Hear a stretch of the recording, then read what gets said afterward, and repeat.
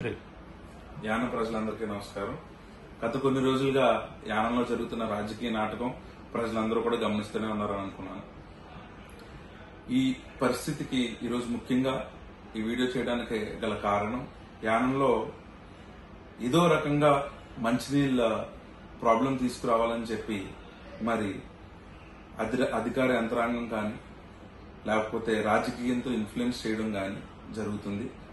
గత నెల 2 నెలల నుంచి ఈ ఇబ్బంది రాకూడదని చెప్పి మోటార్లు కాలిపోయినప్పుడు పీడబ్ల్యూడీ గారితో సైతం లేకపోతే డిపార్ట్మెంట్ వారితో సైతం ఆర్ఏ గారిని తీసుకుని వెళ్లి ప్రతి చోట కూడా ఏ ఇబ్బంది ఉంది, వాటర్ రాకూడదని చెప్పి ఆంధ్రప్రదేశ్ కాకినాడకు సంబంధించిన కలెక్టర్ గారికి కానీ లేకపోతే ఎస్సీ ధవళేశ్వరం కానీ ప్రతి ఒక్కరితో కూడా మాట్లాడి మనకు వచ్చే వంతుని నీరుని మంచినీరు తాగునీటికి ఆ వంతుల్ని టైంకి వచ్చే విధంగాని వాళ్ళని రిక్వెస్ట్ చేయడం జరిగింది. వాళ్ళు కూడా సహకరించడం జరిగింది. ఈ రోజు యానంలో నీటి పరిస్థితి చూస్తే ఒక్కొక్క వాటర్ ట్యాంక్ లో కూడా ఎప్పుడు గత కొన్ని సంవత్సరాలు ఎప్పుడు రాలేని విధంగా ఈ నీరు తగ్గిపోవడం జరుగుతుంది. దీనికి మరి నిన్నటి నుంచి నేను గవర్నర్ గారిని కలవడం జరిగింది.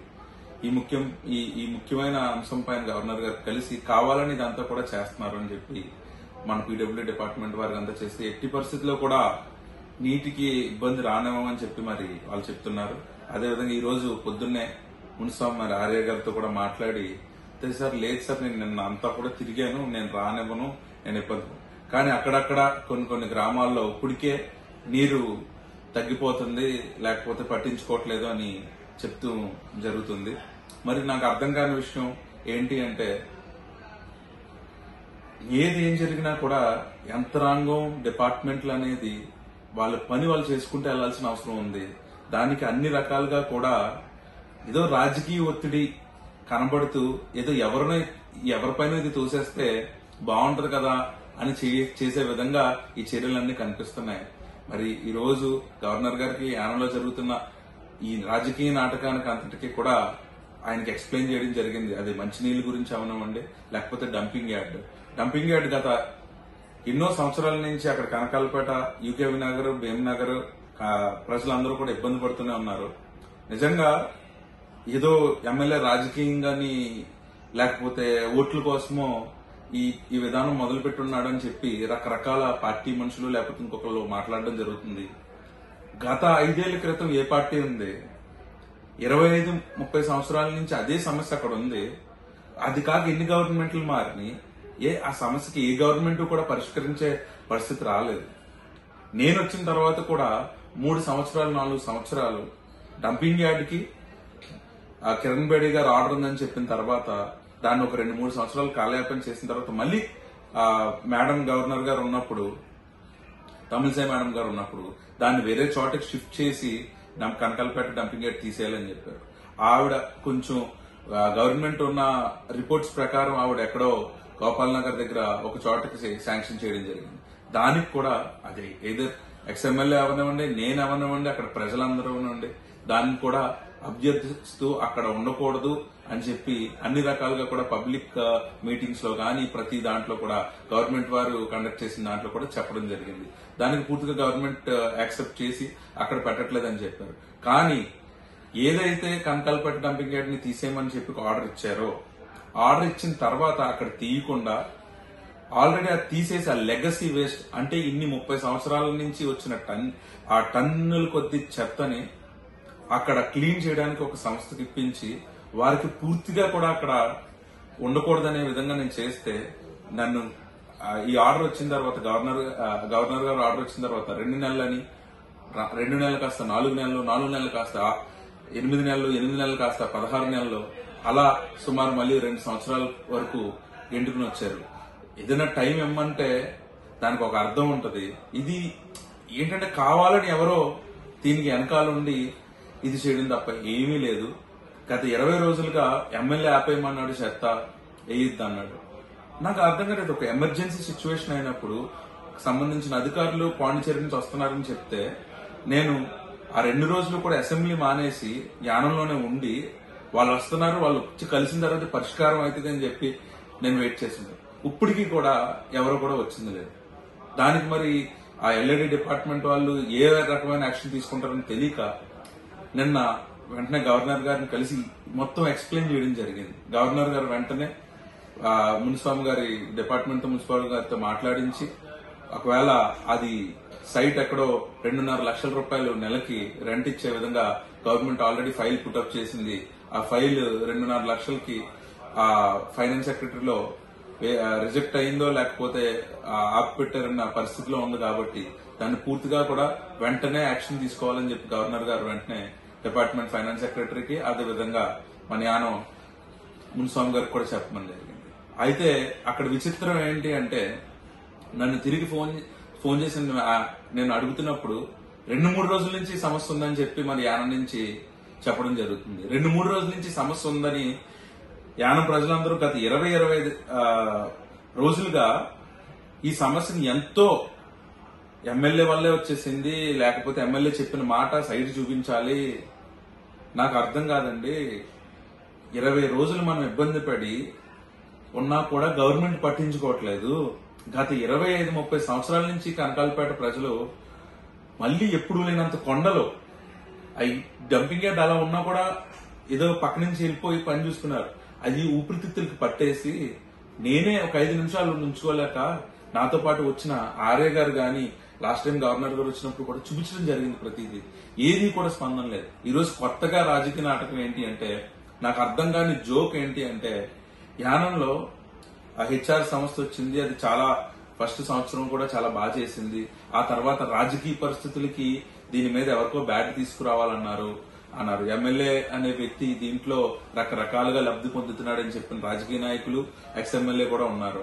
దానికి సంబంధించి నేను దేనికైనా సిద్ధమని కూడా చెప్పాను. ఎందుకంటే ప్రజలు అందులో ఎంప్లాయ్మెంట్ ఉన్నప్పుడు వారు శాలరీస్ ఇవ్వనప్పుడు మనం శాలరీస్ పే చేయడం జరిగింది. అంతవరకు తప్ప దాంట్లో ఎటువంటి ఇది లేదు. ఈ రోజు విచిత్రం ఏంటి అంటే సమస్య అక్కడ ల్యాండ్ లేదు, ఎక్కడ ఈ కలెక్ట్ చేసిన చెత్తను వేయాలో. దాని విచిత్రంగా ఏంటి అంటే మేము పలానా సంస్థ నుంచి ఎక్స్ఎమ్మెల్యే చెప్పాడు, నేను వెంటనే చేసేయాలి, ఇలా ఒక 4 ఇంటింటికి పంపి చెత్త కలెక్ట్ చేయడం. చెత్త కలెక్ట్ చేసి ఎక్కడ వేయాలో తెలియదు. ఈ రోజు వెరైటీగా ఫ్రాన్స్ తిప్పలో ఒక ప్రైవేట్ అతని సైట్ లో వేసుకోమని చెప్తున్నారు. నాకు అర్థం కాని విషయం ఏంటి అంటే శాసనసభ్యుడిగా ఈ ఇష్యూని పూర్తిగా పర్మనెంట్ గా సాల్వ్ చేద్దామంటే సహకరించే మనుషులు లేరు, అధికారులు లేరు. ఈ రోజు ఒక 15 రోజులు 20 రోజులు మనం ఇబ్బంది పడి ఉన్న మాట వాస్తవం. కానీ 25-30 సంవత్సరాలుగా వారందరూ కూడా చిన్న చిన్న పిల్లలతో పెద్ద పెద్ద వయసులో ఉన్న వాళ్ళు ఎలా అక్కడ ఆ కాలిన దాన్ని పీలుస్తూ బ్రతుకుతారు. ఇది ఎవరికి అర్థం కాని విషయం. ఎవరిని కూడా ఇబ్బంది పెట్టాలనేది నా విషయం కాదు. కేవలం ఏంటంటే రాజకీయ పరిస్థితులకి దీన్ని చెత్తతో చెత్త రాజకీయం చేయడానికి కూడా వీళ్ళు పూనుకుంటున్నారు. కాబట్టి ప్రజలందరూ కూడా పూర్తిగా గమనిస్తున్నారని ఆశిస్తున్నాను. అదేవిధంగా గవర్నర్ గారు పూర్తిగా దీనిపైన మానిటర్ చేయడం జరుగుతుంది. ఇది వెంటనే ఎటువంటి జాప్యం లేకుండా పూర్తిగా ఈ సమస్యను పరిష్కరించే విధంగా కంటిన్యూ గవర్నర్ ఆఫీస్ నుంచి ఫాలోఅప్ చేయడం జరుగుతుంది. అదేవిధంగా ప్రజలందరూ కూడా నేను ఫస్ట్ 2 రోజులు కూడా ఈ పోడవాళ్ళ కోసం కూడా మరి మన వెంకటేశ్వర స్వామి కళ్యాణం కూడా యానంలో ఉండడం జరిగింది. ఆ రోజు గవర్నర్ గారి బడ్జెట్ స్పీచ్ కి అది కూడా ఆయన ఎక్స్ప్లెయిన్ చేశాను. ఈ రోజు నిన్న మన రంగస్వామి గారి కొత్త స్టేట్ బడ్జెట్ ని అనౌన్స్ చేయడం జరిగింది. మరి ముఖ్యంగా అందులో మనం మాట్లాడుకోవాల్సిన విషయాలు ఏంటి అంటే ప్రతి ఒక్క పేదలకి కూడా మట్టి డబ్బులు చనిపోయిన తర్వాత 15,000 నుంచి 25,000 చేశారు. దీన్ని ముఖ్యంగా మాట్లాడుకోవాల్సింది ఏంటి అంటే చాలా చోట్ల ప్రజలకి ఇది అందక ఎంతమంది తిరుగుతున్నారో నాకు తెలుసు. మరి 15,000 అందక ఇబ్బంది పడుతూ ఉంటే అది 25,000 చేశారు. అది మరి వరాల జల్లే, అది కూడా గమనిద్దాం అది ఎలా జరుగుతుందో ఏంటో కూడా. దీంతోనే కాకుండా మ్యారేజ్ డబ్బులు ప్రజలందరూ కూడా ఎప్పుడెప్పుడో కొంచెం ఈ కరోనా వల్ల కొంచెం లేట్ అవడం, కొంచెం ముందు పెట్టుకోవడం, కొంచెం తర్వాత పెట్టుకోవడం వల్ల చాలా మందికి మ్యారేజ్ డబ్బులు కూడా రాకపోవడం జరిగింది. అది కూడా అసెంబ్లీలో చాలా గట్టిగా చాలా సార్లు లేవనెత్తడం జరిగింది. మరి ముఖ్యంగా ఈసారి ఏంటంటే 4 సంవత్సరాల నుంచి నేను అసెంబ్లీలో వినిపించిన గలంలో కొన్ని ముఖ్యమైన అంశాలు, అది హెల్త్ అవనివ్వండి, కొన్ని అంశాలు ఈ ఈ కొత్త బడ్జెట్ లో కూడా ఆయన పొందుపరచడం జరిగింది. మరి విచిత్రంగా ఉంది. మరి ఆల్మోస్ట్ ఒక సంవత్సరం దగ్గరలో ఉండగా ఈ రోజు ఇవన్నీ అనౌన్స్ చేశారు. 4 సంవత్సరాలు ఇవన్నీ మర్చిపోయారు. ఈ రోజు టక్మని వరాల జల్లు కులిపించేశారు యానం పైన. ఇవన్నీ ఎంతవరకు ఉంటాయి కూడా చూద్దాం. అదే విధంగా అన్ని వర్గాల వారికి కూడా వృద్ధాప్య పెన్షన్ 500 పెంచడం జరిగింది. అది ఒక నెల లేటు, ఒక 15 రోజులు లేటు అని చెప్పి ప్రజలు ఇప్పటికే నా దగ్గర చాలా మంది వచ్చి మందులు కొనుక్కోవాలి, ఇంకోటి కొనుక్కోవాలి ఈ వయసులో అని చెప్పారు. మరి ముఖ్యంగా ఈసారి గవర్నమెంట్ 500 పెంచడం జరిగింది కాబట్టి, అదే విధంగా ఎస్సీ ఎస్టీ వితంతు పెన్షన్లు ప్రభుత్వ నిర్ణయం ప్రతి ఒక్కరికి కూడా అది కూడా పెంచడం జరిగింది. ప్రస్తుతం కేంద్రం 18 ఏళ్ల పైన వారికి 1000 రూపాయలు లేడీస్ అందరికీ కూడా ఇవ్వడం జరుగుతుంది. దీని గురించి మరి ముఖ్యంగా మాట్లాడుకోవాలంటే ఇది రంగస్వామి గారు వచ్చిన తర్వాత ఈ 1000 రూపాయలు అది పెట్టడమే మన ప్రజల వరకు చేరడానికే సంవత్సరం పట్టింది. ఒక నెల 1000 రూపాయలు పెడితే 3 నెలలు పడట్లేదు.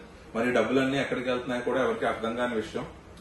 అది ఈ రోజు సడన్ గా 2500 చేయడం చాలా ఆనందంగా ఉంది. నిజంగా అది పేద ప్రజలకి, మహిళలకు ఉపయోగపడితే నేను చాలా హ్యాపీ. అది కూడా మన ముఖ్యమంత్రి గారికి, గవర్నర్ గారికి కూడా చెప్పడం జరిగింది. నెల వేసి 3 నెలలు వేయకుండా మరి 3 నెలలు ఒకసారి పడినా అర్థం సార్ అది పడలేదు అని చెప్పి కూడా పూర్తిగా ఎక్స్ప్లెయిన్ జరిగింది. మహిళలందరూ కూడా ఇవన్నీ గమనించుకోవాలి. ఈ రోజు వరాల జల్లిని ఈ 2500 కూడా ఎంతవరకు పడుతుందో, ఎప్పుడు పడుతుందో కూడా గమనిస్తూనే ఉన్నాం. అదేవిధంగా ప్రభుత్వ ఆసుపత్రి ఇప్పుడు గత 3-4 సంవత్సరాలుగా డయాలసిస్ తో ఇబ్బంది పడుతున్న చాలా మంది పేద ప్రజానీకం, అదేవిధంగా సూసైడ్ చేసుకుని చనిపోయిన వ్యక్తులు కూడా ఉన్నారు.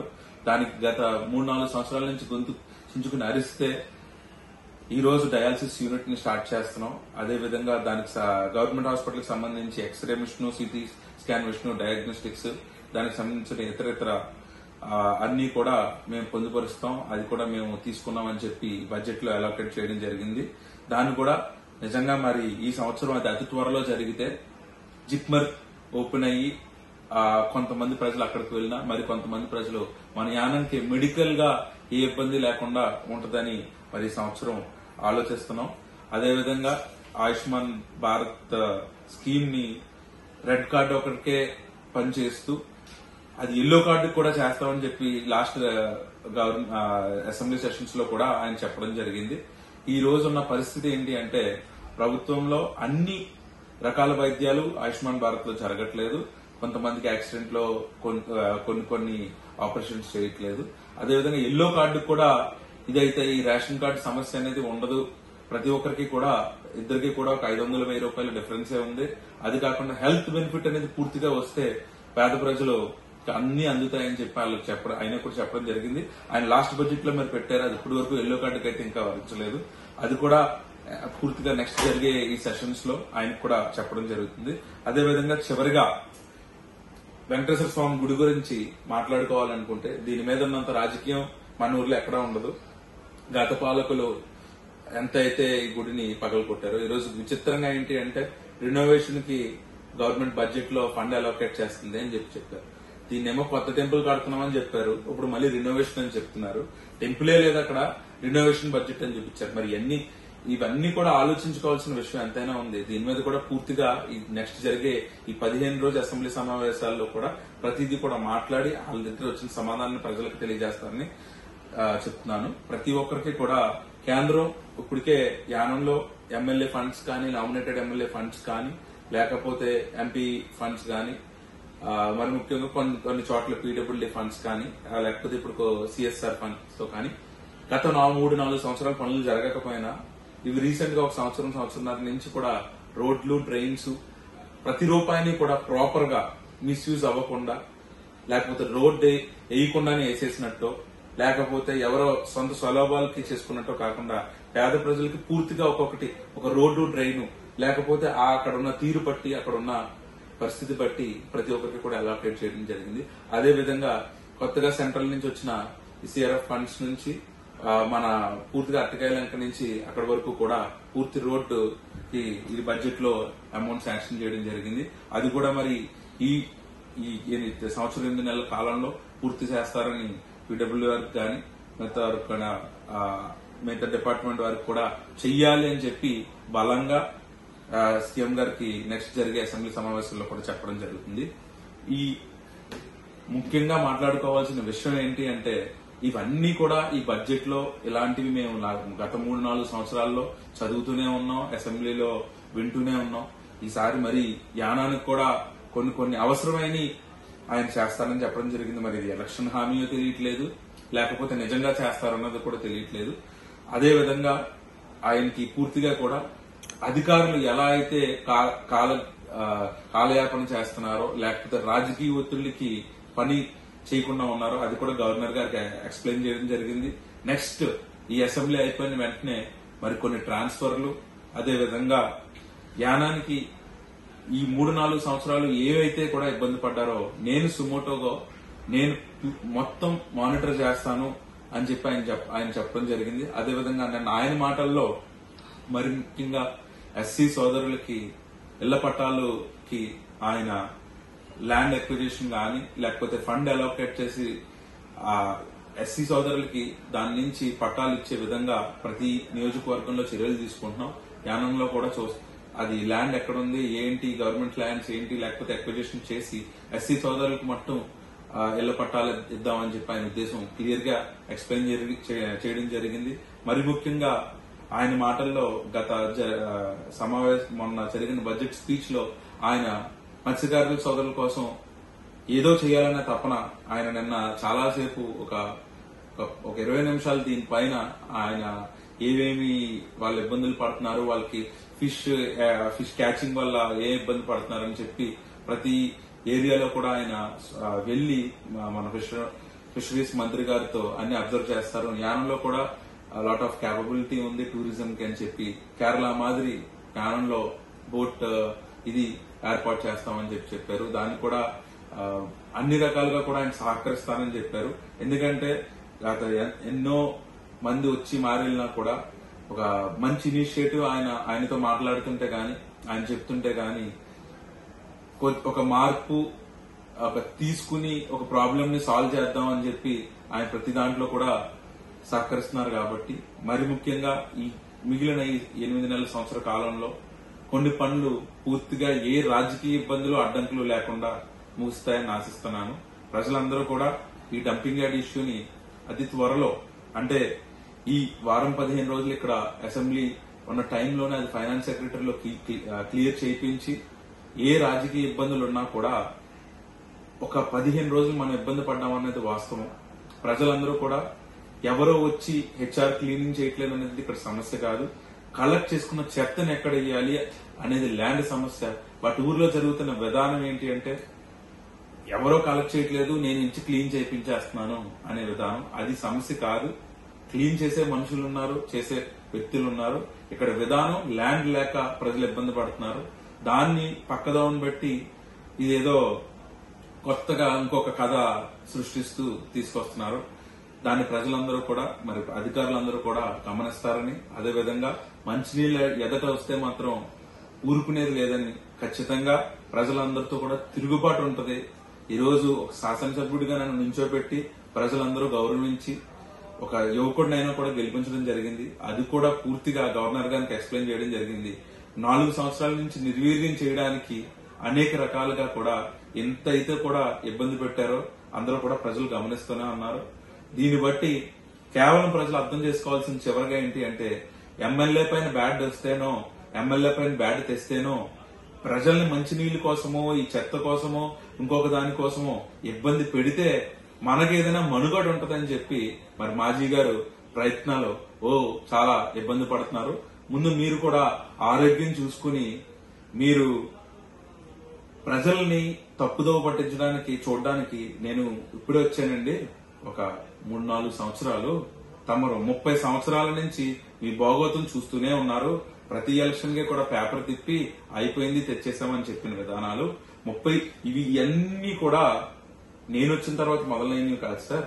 ఇవన్నీ కూడా తమరున్నారు, తమరు చెయ్యలేక యానాన్ని సింగపూర్ చేయలేక యానాన్ని ఏదో చేసేస్తానని చెప్పి అవన్నీ మీరు చేయలేక ఈ రోజు మీరు పెట్టిన ఈ ఇబ్బందులన్నిటికీ, ఈ ప్రాబ్లమ్స్ అన్నిటికీ కూడా పర్మనెంట్ సొల్యూషన్ తీసుకురావడానికి నా తాపత్రయం తప్ప కాలయాపన చేసి పబ్బం గడుపుకోవడానికి కాదని తెలియజేస్తూ ప్రజలందరూ కూడా గమనిస్తారు.